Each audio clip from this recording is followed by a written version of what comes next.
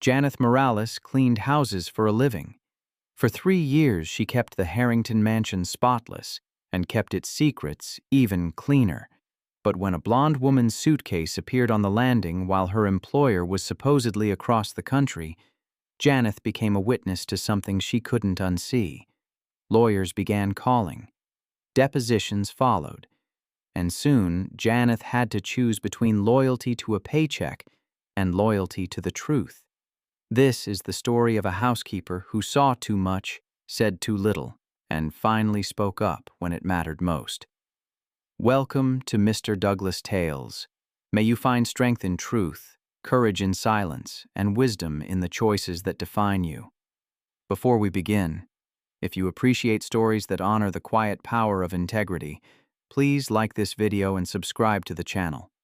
Your support helps these tales reach others who need them. Now, let me tell you how one woman's silence became her prison and how the truth set her free. The suitcase sat on the landing outside the master bedroom, not hers. Janeth Morales stopped 3 steps from the top of the staircase. Dark leather, chrome corners, monogrammed, still tagged from the airline. She'd cleaned this hallway 2 hours ago. The bedroom door stood open. Movement inside, someone humming, light and distracted. Not Mr. Harrington's voice. Janeth set down her cleaning caddy. Her hand stayed on the handle. The humming stopped. Oh, a woman appeared in the doorway. Younger than Janeth. Blonde, wearing one of the guest robes. I didn't realize anyone was still here. Janeth straightened. I work until 6. Right. The woman smiled, vague and pleasant. He mentioned that. She stepped past Janeth to retrieve the suitcase, trailing perfume and shower steam. Her bare feet left faint prints on the hardwood. Janeth moved back to give her space. The woman dragged the suitcase into the bedroom and nudged the door with her hip. It didn't close completely. Through the gap, Janeth could see the bed. Covers pulled back, not remade. A second robe on the floor. The woman's phone buzzed inside. She laughed at something, her voice carrying easily through the walls. Janeth picked up her caddy. She descended the stairs without looking back. In the kitchen, she ran water over a cloth that didn't need rinsing. Mr. Harrington's schedule sat on the counter where he always left it, printed, annotated in his handwriting. She'd glanced at it this morning out of habit. New York, 3 days, meetings with the board. He'd left yesterday afternoon, private car to the airport. Janeth had watched from the service entrance while loading her own car with supplies. He'd been alone. She squeezed the cloth. Water dripped into the sink. The ceiling creaked overhead. Footsteps moving from the bedroom toward the bathroom. Janeth folded the cloth and set it on the counter. She checked her watch. 4:43. The house felt larger than usual. She opened the refrigerator and scanned the aisle. Contents: milk, eggs. The meal prep she'd organized on Sunday, still untouched. Mr. Harrington usually texted if plans changed, if someone was staying over, if she should stock extra anything. Her phone sat in her back pocket. She didn't reach for it. Instead, she closed the refrigerator and moved to the pantry. She pulled out the inventory clipboard and began counting items she'd already counted that morning. Her pen hovered over numbers that hadn't changed. Upstairs, a door opened. The shower turned on. Janeth set down the clipboard. She walked to the mudroom and retrieved her coat from the hook. Then she stopped. Her shift wasn't over. Her car keys sat in her purse on the bench, but she'd left cleaning supplies in the upstairs hallway. She turned back toward the kitchen. The side door opened. Mr. Harrington stepped inside, still in his traveling clothes, pressed shirt, wool slacks. He carried his leather briefcase and looked faintly surprised to see her. Janeth, you're still here, she nodded. Until 6. Right. He set down the briefcase. I got back early. Meetings wrapped faster than expected. She waited. He glanced toward the staircase, then back at her. I have a guest staying for a few days. I should have mentioned it sooner. I saw her suitcase. Something shifted in his expression. Not quite discomfort. more like recalibration. Good, he said. That's fine. Just continue as normal. She won't need anything from you. Janeth kept her hands at her sides. Should I stock the guest room? No need. She'll stay in the master. The shower was still running upstairs. The pipes hummed faintly through the walls. Mr. Harrington loosened his tie. Actually, one more thing. Janeth waited. My wife's lawyer may call the house line. If anyone asks whether I've had guests recently, just say you're not permitted to discuss household details. That's standard confidentiality. He said it casually, the same tone he used when asking her to switch laundry, detergents, or rearrange the furniture. Janeth's thumb found the edge of her coat pocket. Understood. Great. He picked up his briefcase. Thanks, Janeth. See you Monday? She wasn't scheduled to return until Monday. He headed upstairs without waiting for a response. Janeth stood in the mudroom for another moment. Then she collected her purse from the bench, walked to her car, and drove home. The call came on Saturday. Janeth was folding laundry in her apartment when her phone rang. Unknown number. She answered on the third ring. This is Patricia Levine with Marks and Donnelly. I'm trying to reach Janeth Morales. Janeth set down the towel in her hands. Speaking. Ms. Morales, I represent Victoria Harrington in her divorce proceedings. I understand you're employed as a housekeeper at the Harrington residence. Yes. I need to ask a few questions about the household. This will only take a moment. Janeth walked to the window. Outside, her neighbor was unloading groceries from Elisa's car. 2 bags in each hand, efficient and brisk. I'm not permitted to discuss household details, Janeth said. Silence on the other end. Then, I see. Did Mr. Harrington instruct you to say that? Janeth didn't answer. Ms. Morales, I should inform you that you can be subpoenaed to testify in this case.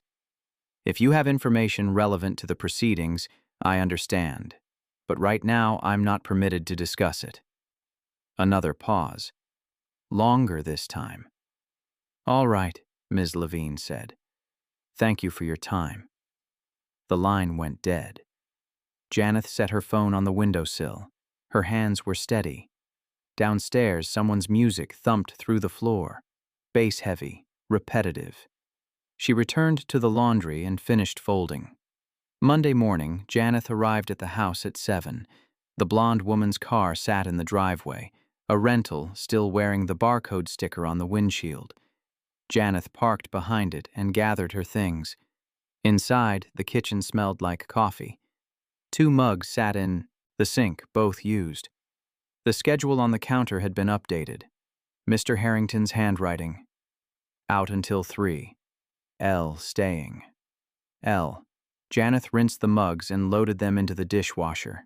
Upstairs, she found the master bedroom empty. The bed was unmade, sheets tangled, clothing draped over the chair, women's clothing, expensive, unfamiliar brands. A makeup bag sat open on the dresser. Janeth stripped the bed. She worked methodically, checking each room. The guest bathroom had been used, towels damp, toothpaste residue in the sink. In the home office, papers were scattered across the desk. She didn't touch those. Mr. Harrington had always been specific about his workspace. By 9:30, she'd finished the upstairs. She was vacuuming the hallway when she heard the front door open. The blonde woman entered, carrying shopping bags. She wore athleisure now, leggings, and oversized sweater. She looked up and waved, friendly but distracted. Janeth turned off the vacuum. Don't mind me, the woman said, just grabbing something from upstairs. She disappeared into the master bedroom. Janeth coiled the vacuum cord and moved it to the hallway closet. When she came back out, the woman was standing in the bedroom doorway, holding her phone. Hey, quick question, she said. Do you know the Wi-Fi password? I can't find it anywhere. Janeth recited it from memory. You're a lifesaver. The woman tapped it into her phone. I'm Lauren, by the way. Janeth. Lauren smiled. He's mentioned you. Said you basically run this place. Janeth didn't respond. Anyway, I'll stay out of your way. Lauren went back into the bedroom and closed the door. Janeth returned to the hallway closet. She moved the vacuum inside and stood there for a moment, hands resting on the handle. Then she closed the closet door and went downstairs. The house phone rang that afternoon while Janeth was cleaning the kitchen. She glanced at the caller ID, same law firm as before. She let it ring. The machine picked up. A woman's voice, not Ms. Levine, someone else, left a brief message requesting a callback regarding the Harrington case. Janeth deleted it. She wiped down the counters, scrubbed the stovetop, organized the spice rack. The house felt very quiet. Lauren's car was still in the driveway, but there'd been no sound from upstairs in over an hour. At 2:30, the side door opened. Mr. Harrington came in, earlier than expected. He stopped when he saw Janeth. Any calls? One. The law firm again. He nodded, unsurprised. What did you tell them? I didn't answer. Good. He set his briefcase on the counter. Listen, this might continue for a while. Lawyers being persistent. Just keep doing what you're doing. Janeth rinsed her sponge. And if they subpoena me? Mr. Harrington paused. Has someone mentioned that? The first woman who called. She said it was possible. He studied her for a moment. Then he pulled out his phone, typed something, and set it down. If you receive any legal documents, bring them to me immediately. Don't sign anything. Don't agree to any meetings. All right. I mean it, Janeth. This is important. She nodded. He picked up his phone again and headed upstairs. Janeth finished the kitchen. At 5:30, she gathered her things and left. The subpoena arrived on Wednesday. A process server came to her apartment just after 8 in the evening. He handed her an envelope, had her sign for it, and left. Janeth sat on her couch and read the document twice. She was ordered to appear for a deposition the following Tuesday. The law firm wanted to question her about Mr. Harrington's activities, guests, and schedule during the past 6 months. She set the papers on her coffee table and stared at them. Her phone was in her hand before she'd decided to pick it up. She found Mr. Harrington's number and typed out a message. Received legal documents. What should I do? The response came within a minute. Bring them tomorrow, don't worry. Set her phone down. She didn't feel worried exactly. More like she was standing in a room where the walls had shifted slightly, and she couldn't tell yet whether they'd moved closer or farther apart. Thursday morning, Mr. Harrington was waiting in the kitchen when she arrived. He took the envelope from her and read through the subpoena standing up. His expression didn't change. When he finished, he folded the papers and tucked them into his jacket. I'll have my lawyer handle this, he said. You won't need to appear. They can do that? They can file a motion to quash. It'll take a few days, but yes. Janeth set her bag on the counter. What if the motion doesn't work? Mr. Harrington looked at her directly. Then we'll prep you. But it won't come to that. She wanted to believe him. It would be easier to believe him. Okay, she said. He nodded. Just keep your routine normal. Don't let this distract you. He left through the side door. Janeth heard his car start, then pull away. Lauren appeared in the kitchen 10 minutes later, barefoot and sleepy-eyed. She poured herself coffee from the pot Janeth had made and leaned against the counter. Morning, she said. Morning. Lauren sipped her coffee. He's stressed lately. The divorce stuff. Janeth wiped down the counter that didn't need wiping. I'm trying to help, Lauren continued. But it's complicated, you know? His wife is making everything difficult. Janeth rinsed the cloth. Anyway, Lauren straightened. I'm working from here today, so I'll be upstairs if you need anything. She took her coffee and disappeared. Janeth finished the kitchen, then moved to the living room. She vacuumed, dusted, rearranged the throw pillows. Everything in its place. Everything clean. Her phone buzzed in her pocket. She pulled it out. A text from her sister. "Can you pick up Mateo tomorrow? School closes early." Janeth replied, "Yes." "What time?" 1:30. She added it to her calendar and put her phone away. The motion to quash was denied. Mr. Harrington told her on Monday, his voice tight and controlled. "They're insisting you have relevant information. My lawyer tried to argue confidentiality, but the judge didn't buy it." Janeth stood in the hallway holding a stack of fresh towels. "So, I have to go." "Tuesday at 10. My lawyer will be there. We'll prep you tonight." "Tonight?" "It's important that you're ready." He glanced toward the stairs. "Can you stay late?" She thought of Mateo, her sister's schedule, the careful arrangement of her week. "How late?" "Couple hours. I'll pay you for the time." She nodded. "Good. Thank you, Janeth."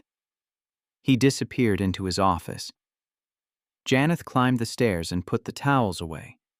Lauren was in the master bedroom on a video call, laughing at something someone said. Janeth moved past the doorway without looking in.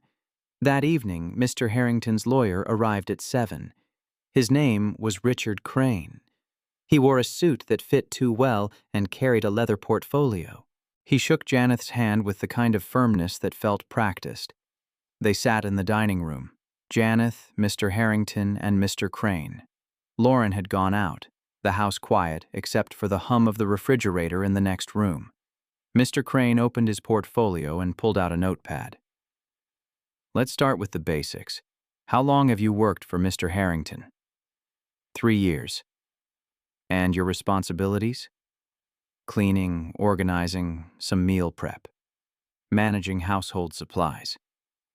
Mr. Crane wrote this down. "Do you have access to all areas of the house?" "Most of them. Not the office unless I'm asked to clean it." "What about Mr. Harrington's personal schedule? Do you see that?" Janeth glanced at Mr. Harrington. He nodded slightly. "He leaves it in the kitchen," she said. "I see it sometimes." "And have you ever noticed guests staying at the house?" She hesitated. "It's all right," Mr. Crane said. "They're going to ask you this tomorrow. Better to practice now." "Yes, there's been a guest recently." "Lauren Voss? I don't know her last name."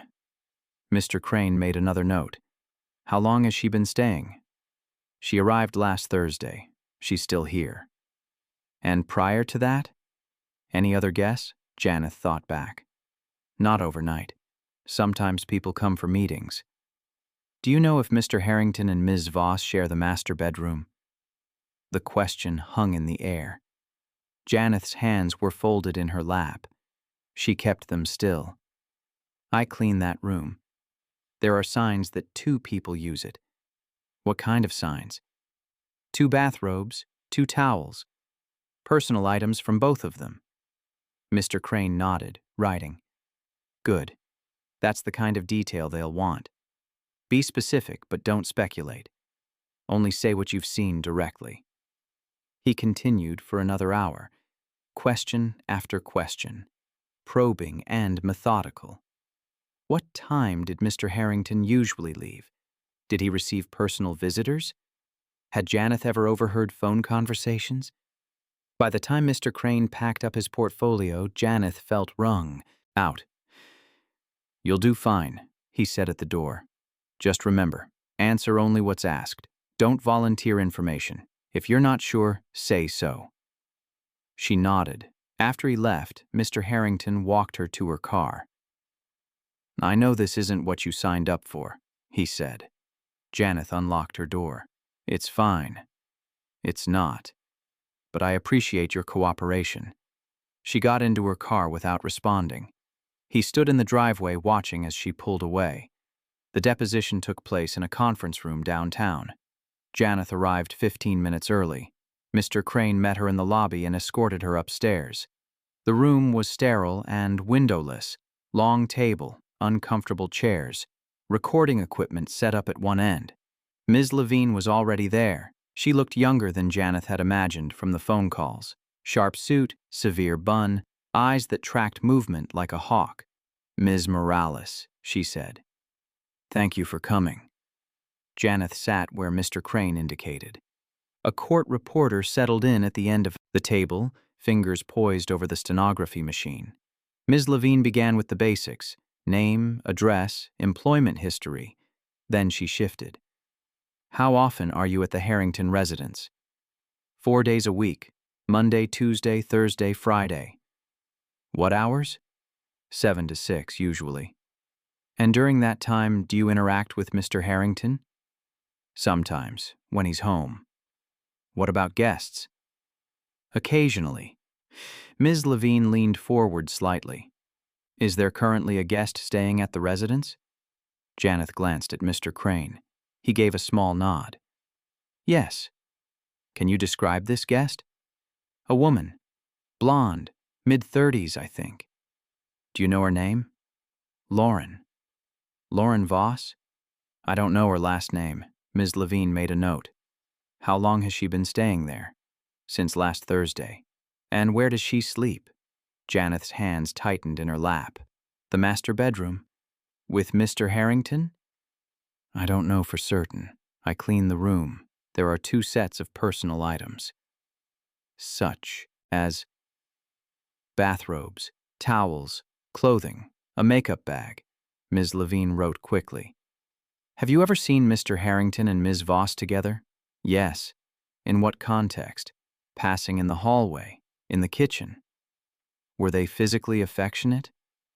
Mr. Crane cleared his throat. "Objection. Speculation." Ms. Levine didn't look up. "Ms. Morales, did you observe any physical contact between them?" Janeth thought of Lauren in the guest robe, Mr. Harrington's hand on her lower back as they walked past. Small moments, easy to miss. "Yes," she said. "What kind of contact?" "Casual. A hand on her back. Standing close." Ms. Levine nodded. "Prior to Ms. Voss, were there other guests who stayed overnight?" "Not that I'm aware of." "Are you aware of Mr. Harrington traveling recently?" "He went to New York last week." "Alone?" Janeth paused. "I saw him leave alone." "But you don't know if he traveled alone?" "No." Ms. Levine tapped her pen against her notepad. "Did Mr. Harrington ever ask you not to? Discuss his personal life?" Mr. Crane shifted. "Objection. Attorney-client privilege may apply." "Ms. Morales isn't his attorney," Ms. Levine said coolly. "Ms. Morales, did he ask you to keep anything confidential?" Janeth met her gaze. "He reminded me that household details are confidential. That's standard." "When did he remind you of this?" "Last week." "Before or after I called you?" "After." Ms. Levine smiled slightly. "And did he specifically mention my call?" "He said his wife's lawyer might contact me." "What did he tell you to say?" "That I'm not permitted to discuss household details." "Did he threaten you in any way?" Mr. Crane's hand came down on the table. "Objection. Leading." "I'll rephrase." Ms. Levine turned back to Janeth. "Did Mr. Harrington indicate there would be consequences if you spoke to me?" "No." "Did he offer you anything in exchange for your silence?" "No." The questions continued for another 90 minutes, each one sharp, precise, designed to extract something Janeth wasn't sure she was supposed to give. When it finally ended, Janeth felt hollowed out. Mr. Crane walked her to her car. "You did well," he said. "Very well." Janeth unlocked her door. "Will this help his case?" "It complicates hers, which is what we need." She got in and started the engine. Mr. Crane stepped back, already pulling out his phone. Janeth drove home on autopilot. She stopped at a red light and realized she couldn't remember the last 3 turns. That evening, her sister called. "Mateo wants to know if you're coming for dinner Sunday," Rosa said.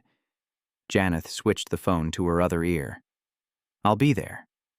"Good. He's been asking about you." A pause. "You sound tired." "Long day." The job? Yeah. Rosa hummed sympathetically. You need a vacation. Janeth thought of the deposition, Ms. Levine's sharp eyes, the court reporter's expressionless face. Maybe? I'm serious, Lena. You work too hard. I'm fine. Sure you are. Rosa's voice softened. See you Sunday. After they hung up, Janeth sat on her couch in the dark. Outside, a car alarm went off. It wailed for 3 minutes before someone shut it off. She thought about quitting, finding a different job, something simpler with clearer boundaries.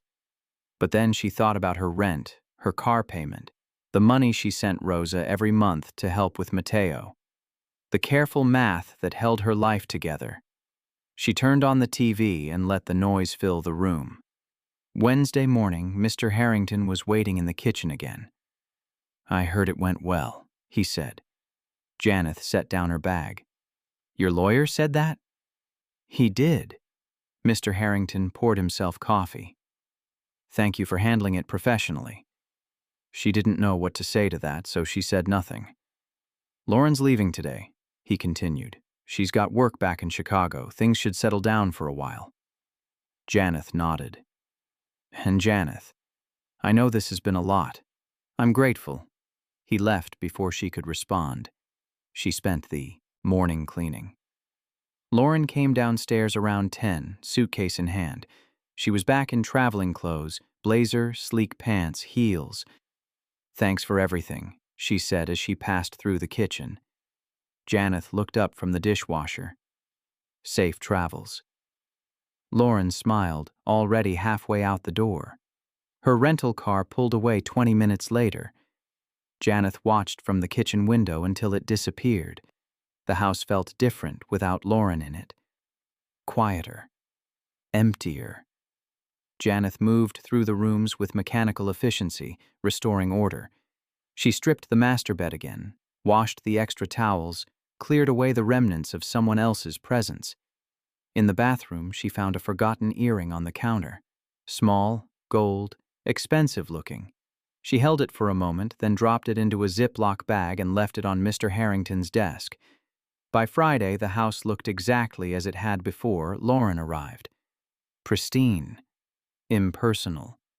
A showroom version of a home. Janeth finished early and spent the last hour sitting in her car in the driveway, scrolling through her phone. Job listings, apartment rentals in cheaper areas, articles about employment law she didn't fully understand. She didn't apply to anything. The call came 3 weeks later. Ms. Levine again. Ms. Morales, I wanted to follow up on a few details from your deposition. Janeth set down her grocery bags. I already answered your questions. I know, but something's come up. Do you have a moment? Janeth looked at the ice cream melting in one of the bags. A short moment. I'll be quick. You mentioned that Mr. Harrington traveled to New York last month. Yes. Do you know the dates? Janeth thought back. He left on a Wednesday afternoon. Returned Friday morning. You're certain it was Friday morning? Yes, I saw him when I arrived for work. And Ms. Voss arrived that Thursday, correct? Yes. Silence on the other end. Then, did Mr. Harrington tell you he'd returned early? Janeth frowned. He said his meetings wrapped up faster than expected. Did you see evidence of that? Luggage, travel documents? He had his briefcase. Anything else? Janeth tried to remember. Mr. Harrington in the mudroom, pressed shirt, wool slacks. Had he looked like someone who'd just flown across the country? I don't know, she said. That's fine. One more question. Did you ever see Ms. Voss before she arrived at the house? No. In photos? Video calls? No. Thank you, Ms. Morales. That's all for now. The line went dead. Janeth stood in her kitchen with her groceries half unpacked, a strange unease settling in her chest. She didn't mention the call to Mr. Harrington, but the next week when she arrived at the house, she paid closer attention. The schedule on the counter, the suitcase by the door when he traveled. the timing of his comings and goings. He went to San Francisco for 2 days. She watched him leave Monday morning, briefcase and garment bag in hand. Tuesday afternoon, she found the schedule updated in his handwriting. Back Wednesday a.m. Wednesday at 7, he still hadn't returned. Janeth cleaned the upstairs, checking the time periodically. At 8:30, his car pulled into the driveway. He came in through the side door looking rumpled and tired. "Morning," he said. "Morning." He set down his bag and headed straight for the coffee maker. Janeth hesitated. How was San Francisco? Productive. He didn't look up. Lots of meetings. She nodded and returned to her work. But later, when she went to collect his dry cleaning, she found the garment bag still packed, the plastic wrap from the cleaners still intact. He hadn't opened it. The pattern repeated. Another trip, another schedule notation, another return that didn't quite align with what he'd written down. Janeth stopped asking questions. She simply observed. The details collected like loose change, small, easy to overlook individually, but accumulating into something heavier, she thought, about Ms. Levine's question. Did Mr. Harrington tell you he'd returned early? She thought about Lauren arriving the day after he'd supposedly flown back.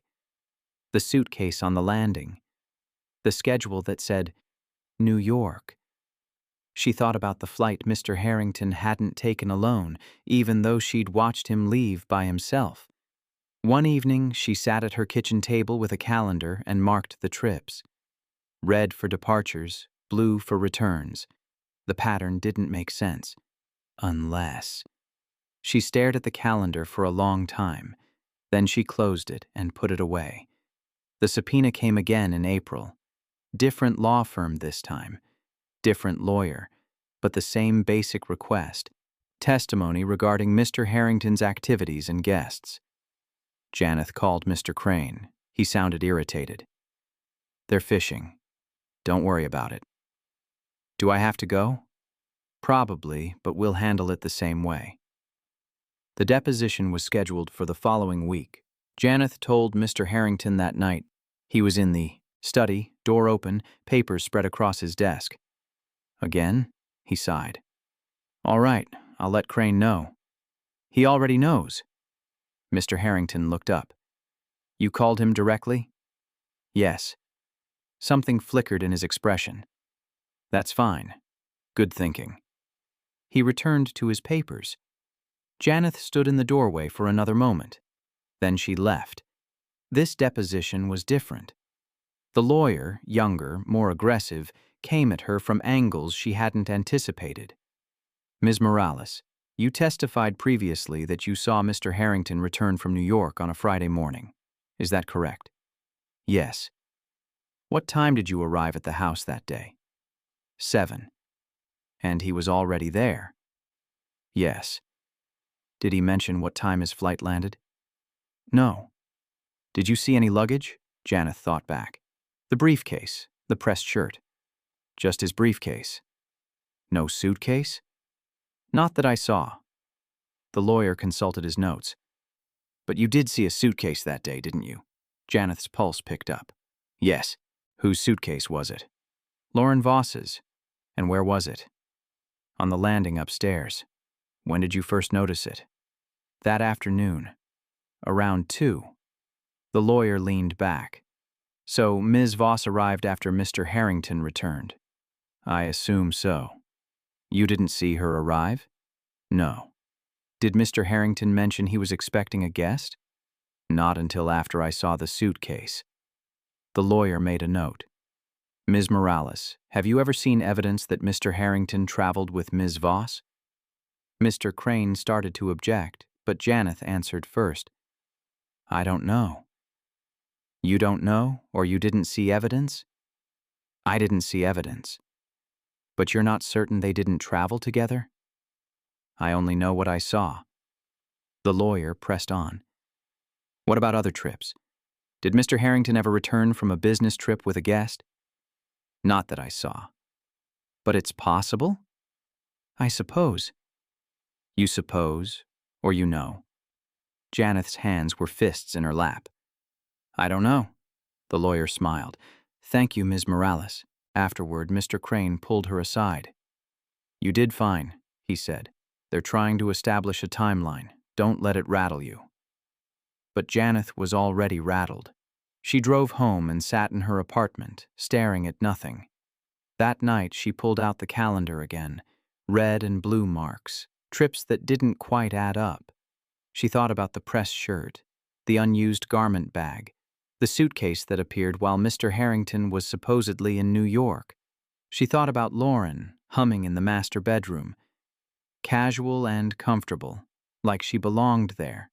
Janeth opened her laptop and searched for flight records, found nothing public.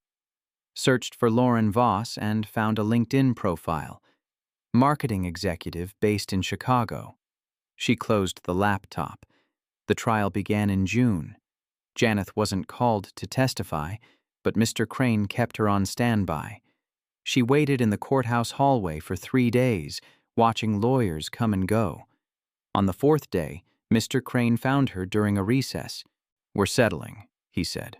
What does that mean? Negotiations. Both sides are tired. We'll hash out terms over the next few weeks. Janeth nodded. You're free to go. Thanks for your patience. She left without seeing Mr. Harrington. The settlement finalized in July. Janeth read about it in the news, a brief mention in the business section. Mr. Harrington retained majority control of his assets. His wife received a substantial payout and full custody of their daughter, whom Janeth had never met. No mention of Lauren Voss. Janeth returned to work as usual. The house was quiet again. No guests, no extra towels, just her and the rooms that needed cleaning. Mr. Harrington seemed lighter, somehow. Less tense. He smiled more, made small talk while she worked. Thank you for everything, Janeth, he said one Friday afternoon. I know the past few months were difficult. She nodded. Things should be simpler now. But they weren't. In August, Janeth noticed the schedule changing again. More trips, longer absences. And then, one Thursday morning, she found a suitcase on the landing. Not Lauren's this time, someone else's. Smaller, different brand. Janeth stared at it. The bedroom door was closed. She could hear the shower running inside. She set down her cleaning supplies and descended the stairs. Mr. Harrington was in the kitchen, making coffee. Morning, he said. Janeth stopped in the doorway. There's a guest upstairs. Yes, I should have mentioned it. She waited. He poured cream into his coffee, unhurried. Just someone visiting for a few days. You won't need to interact with her. The shower shut off overhead. Janeth's hands found the edge of the counter. Does your lawyer know? Mr. Harrington looked at her sharply. Excuse me? The settlement. Does it allow this? His expression hardened. That's not your concern. Janeth held his gaze. If another lawyer calls, you say what you've always said. Household details are confidential. Even if I'm subpoenaed again? That won't happen. The case is closed. Janeth didn't move. Mr. Harrington set down his coffee. I need to know I can trust you, Janeth. You can. Good. He picked up his cup and left. Janeth stood in the empty kitchen, the weight of the conversation settling over her. The subpoena came in September. Not from his ex-wife's lawyers this time, from his ex-wife directly. A motion to revisit custody based on new evidence. Janeth received the notice at home. She read it twice, then called Mr. Crane. They can't do this, she said. Unfortunately, they can. If there's new evidence of behavior that affects the child's welfare, I haven't seen a child here. Not once. The argument isn't about direct harm, it's about pattern of behavior. Janeth closed her eyes. What do they want from me? The same thing as before. Timeline. Guests. Details. And if I don't cooperate? You don't have a choice. This is a court order. She hung up and sat very still. This deposition was the worst. The questions were relentless. Every trip, every guest, every discrepancy between what Mr. Harrington said and what Janeth had observed. The lawyer, a woman this time, older and exhausted looking, pushed until Janeth's answers frayed. Did Mr. Harrington travel alone to New York in March? I saw him leave alone. That's not what I asked. Did he travel alone? I don't know. But you saw Ms. Voss at the house the next day. Yes. Did she arrive from the airport? I don't know. Did you see evidence she'd traveled recently? Janeth thought of the airline tag on the suitcase. Still attached, still fresh. Yes, she said quietly.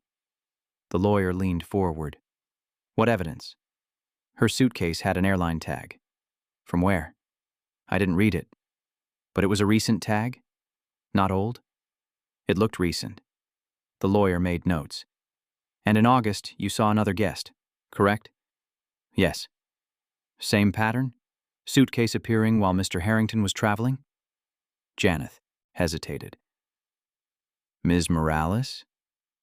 I don't remember the exact timeline. The lawyer consulted her notes. You told Mr. Crane that the guest arrived on a Thursday. Mr. Harrington's schedule showed he was in Boston. Is that accurate? Janeth's throat tightened. I think so. You think so, or you know?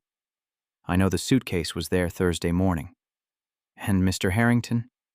He was home when I arrived. Even though his schedule said Boston?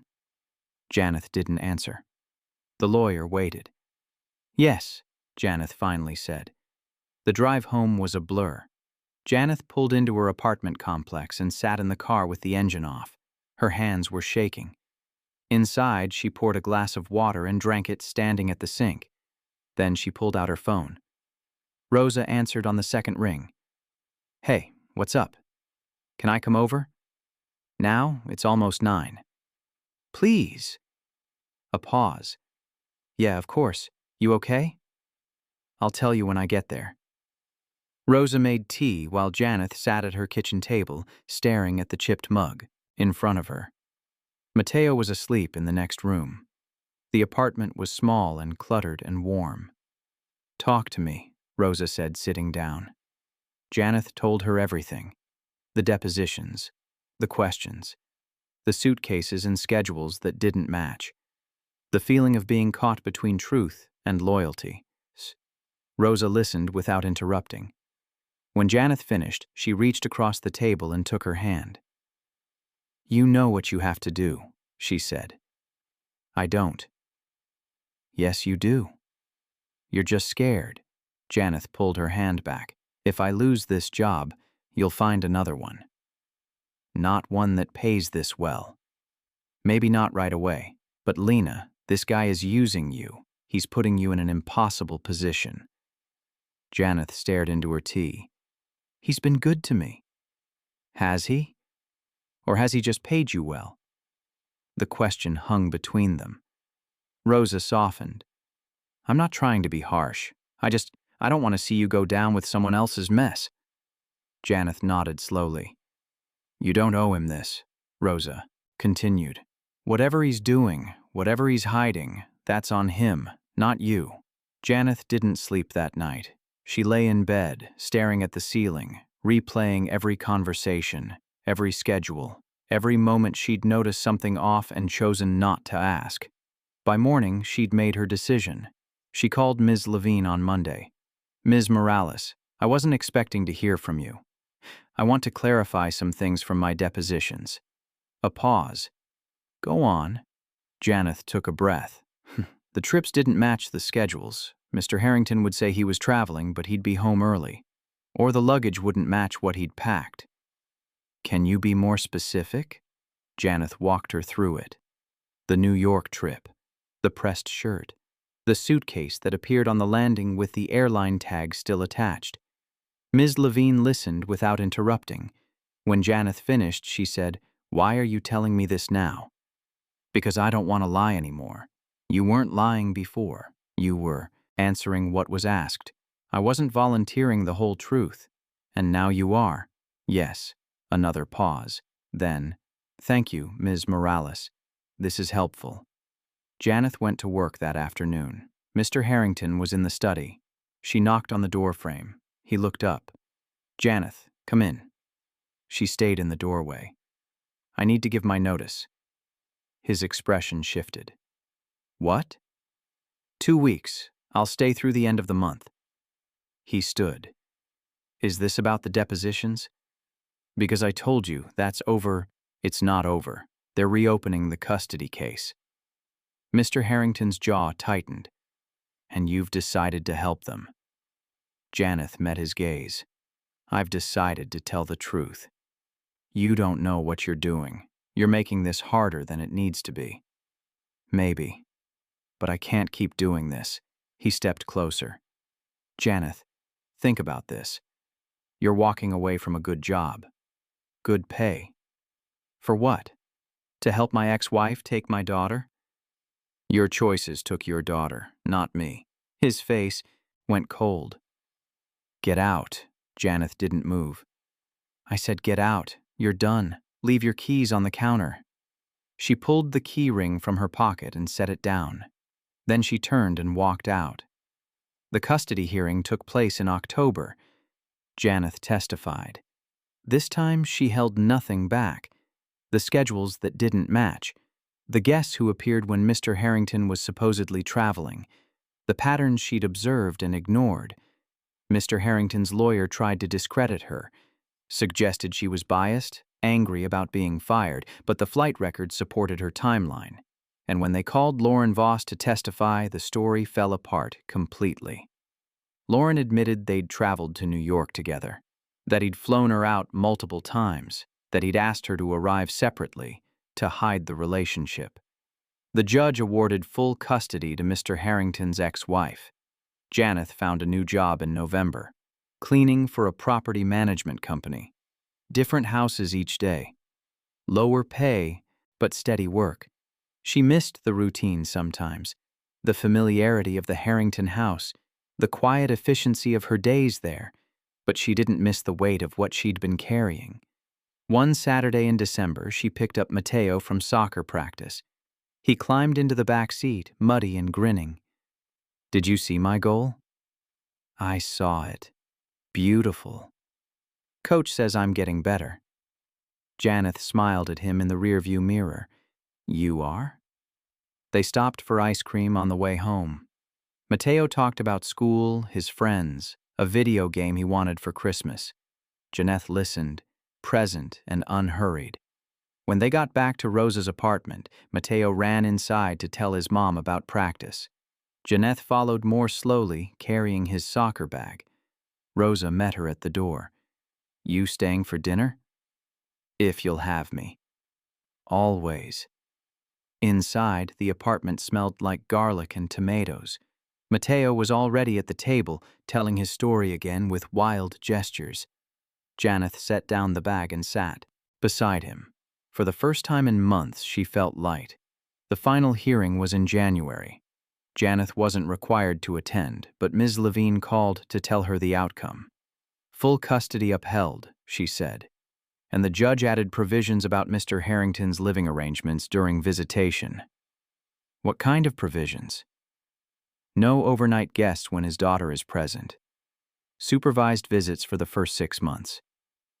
Janeth closed her eyes. "Good. Ms. Morales, I want to thank you. Your testimony made a difference. I just told the truth." "I know, but that took courage." After they hung up, Janeth sat on her couch and let herself feel it. Relief. Sadness. The strange ache of having done something necessary and irreversible. She never saw Mr. Harrington again. Sometimes she thought about him. Wondered if he'd found someone new to clean his house, if he still left schedules on the counter, if he'd learned anything from losing his daughter, mostly though she didn't think about him at all. She thought about Mateo's soccer games, Rosa's cooking, the satisfying ache in her muscles after a long day of work. She thought about the small apartment she'd moved into, cheaper rent, closer to Rosa, 1 bedroom, barely any storage, but hers. She thought about the job application she'd submitted to a local school district, custodial work. benefits, stability. She didn't know if she'd get it, but she was learning to live without knowing. On a Sunday in February, Janeth took Mateo to the park. They walked along the path, his hand in hers, talking about nothing in particular. At one point, he looked up at her. "Tia Janeth, are you happy?" She considered the question. The weight of it. The simplicity. "Yeah," she said. "I think I am." He smiled and swung her arm. "Good." They continued walking. The sky was clear, the air cool. Ahead, other families moved through their own quiet afternoons. Janeth breathed in. Breathed out. She was exactly where she needed to be. If you enjoyed this story, subscribe to Mr. Douglas Tales, where powerful stories unfold one moment at a time.